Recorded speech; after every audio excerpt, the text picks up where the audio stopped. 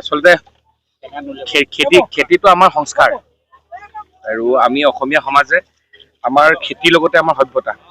কিন্তু আচলতে আমি উঠি অহা প্ৰজন্মই লাহে লাহে আমি খেতিৰ পৰা আঁতৰি গৈছোঁ। আমি অসম চৰকাৰৰ কৃষি বিভাগৰ উদ্যোগত আৰু লখিমপুৰ জিলা কৃষি বিভাগৰ সহযোগত আমাৰ ফুলবাৰী গাঁও পঞ্চায়তৰ আমাৰ সমগ্ৰ ৰাইজৰ সহযোগত আজি আমি এটা সামূহিকভাৱে কঠীয়া ৰোৱা এটা অনুষ্ঠান আৰম্ভ কৰিছোঁ। আগতে আমি দেখিবলৈ পাইছিলোঁ যে আমাৰ আইতা আমাৰ ককাহঁতে আমাৰ এইটো যিটো সামূহিক পৰিৱেশ সেইটো গাঁৱৰ ভিত্তিত হৈছিলে, গাঁৱত নিজে কৰিছিলে ৰাইজে, ন খোৱা, ভুই ৰোৱা, এইবিলাক আমাৰ পৰম্পৰা আছিলে।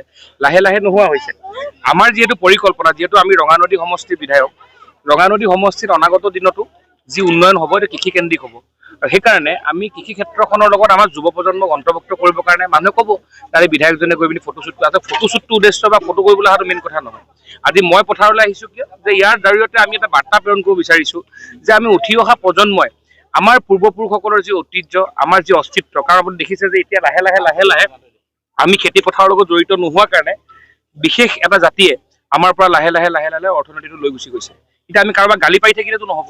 আমি জাতিটোক আমি অৰ্থনৈতিকভাৱে সবল কৰিবৰ কাৰণে যিটো আমি কৈ থাকোঁ যে বজাৰ আমাৰ পথাৰ আমাৰ, এইবোৰ হাতে কামে কৰিবলৈ হ'লে আমি পথাৰলৈ নামিব লাগিব, পথাৰত নামিব লাগিব, বজাৰলৈ যাব লাগিব। এতিয়া দেখিছোঁ ৰঙানদী বহুত ঠাইত আমাৰ মহিলাসকলে গাহৰি কাটিছে, মুৰ্গী কাটিছে, মাছ কাটিছে। মই তেনেকুৱা ব্যক্তিসকলক বিচাৰি মহিলাসকলক মই গামোচা পিন্ধাইছোঁ।